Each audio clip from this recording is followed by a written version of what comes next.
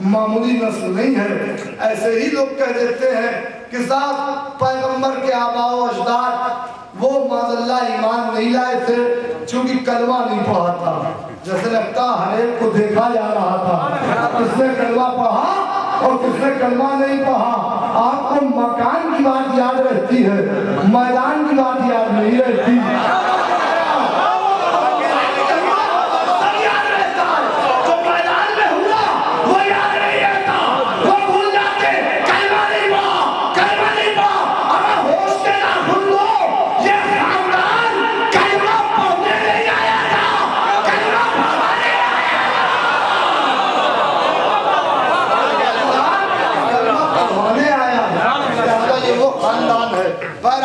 اسی خاندان نے کلمے کی حفاظت کی، اسی خاندان نے دین کی حفاظت کی، اسی خاندان نے شریعت کی حفاظت کی، اور یہ چلتا رہا یہ سلسلہ۔